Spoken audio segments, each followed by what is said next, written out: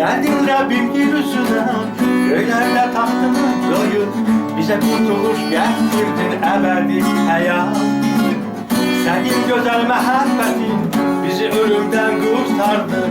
Xilas olduk biz imanla, lütfünü gördük. Rabbimiz sana alkış. Sen bize hayat bəxşettin, həmdlər olsun. Sen bize xilas getirdin ebediye. Seninle Rabbim olacağım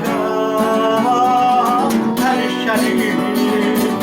Güzel şehirde göylerde ebediyem. Huzurunda kalacağım ben seninle. Yeni alemde olacağım. Sen ölüme galip geldin. Sen ölülerden biriydin. Biri olan xilaskara ebedi alkış. İnsanlar nəğmə okusun, ürəklər sevinçlə dolsun. Yer üzü bütün göylər izzət gətirsin. Rəbbimiz sənə alkış. Sən bizə həyat bəxş etdin, həmdlər olsun. Sən bizə xilas gətirdin əbədiyə. Səninlə Rəbbim olacaq hər şərik. Qızıl şəhərdə göylərdə əbədiyə. Huzurunda kalacağım ben seninle. Yeni alemde olacağım. Ba ba ba ba ba ba ba ba.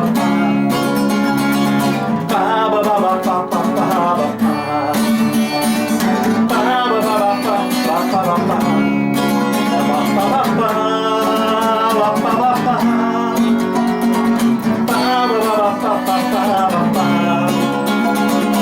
ba ba ba ba